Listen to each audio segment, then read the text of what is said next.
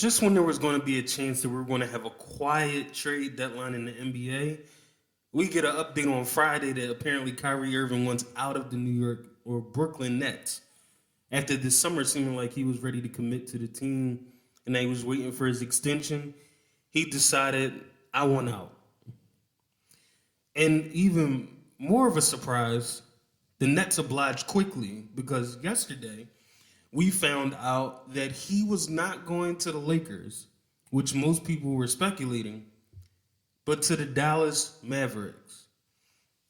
So this is the trade. Brooklyn receives Spencer Dinwiddie, Dorian Finney-Smith, a 2027 second round pick, a 2029 first round pick that's unprotected, and another 2029 second round pick. And Dallas receives Kyrie Irving and Markieff Morris. I was shocked. I didn't even think that Dallas might be in the market for Kyrie Irving, which makes sense after they lost Jalen Brunson, which was their fault.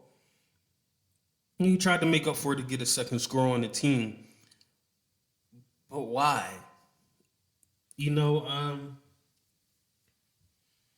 I don't really see how this is going to work. Like, unless Kyrie is completely okay with moving off of the ball because they're both ball dominant players. It could work. They both are talented.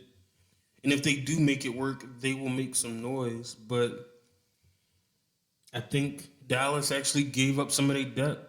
I mean, I hope they have another move in the tuck, or they're going to sign some players on the minimum that have some depth on the team.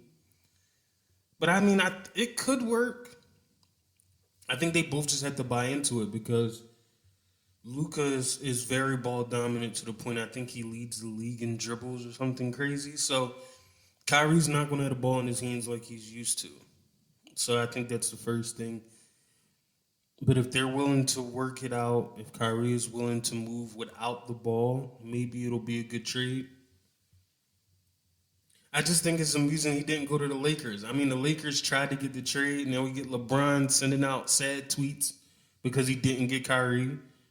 Um, so I mean, I think there's two things. I saw a report that Brooklyn had no interest in sending Kyrie to any destination he wanted to go to. So I could see them not caring to send him to LA. And I could see the other part of it that Kevin Durant doesn't want to play with Russell Westbrook. I mean, he left Oklahoma City to not play with him. There's a chance he just doesn't want to play with them again. So anyway you look at it, he ended up at a team that I don't think a lot of people even knew was in the running for him. And I mean, I guess we'll see what happens. I guess it could help Dallas being a contender. I don't see anyone in the West that's like dominant right now. I mean, the Warriors are struggling. That's not fair. I guess Denver's dominating to some extent, but I don't think there's any other team that's. I mean, the Kings are good, but they haven't been there. A lot of the usual suspects are struggling right now. So Dallas was in the Western Conference Finals last year, and they're trying to make a move to get back there after losing Jalen Brunson. It makes sense. The other aspect of this is, are you going to sign Kyrie to a long-term deal? Because if you don't, you just got Kyrie for a rental for a half a season. And you gave up a good amount for a half a season. So I think that's the other part to look at is what is this going to become? Is he going to be a Dallas Maverick? And hopefully they had that conversation, before they made this move. And if not, maybe they really just believe Kyrie Irving is the one that's going to take them over the hump. And that's fair to believe. I mean, he's a great player. I just thought it was funny that he didn't go to the Lakers and that LeBron was disappointed. So we did have to talk about that breaking news, and we do have to discuss at some point where does this leave Kevin Durant, because there is a chance he's going to want to get traded too. He's going to want out.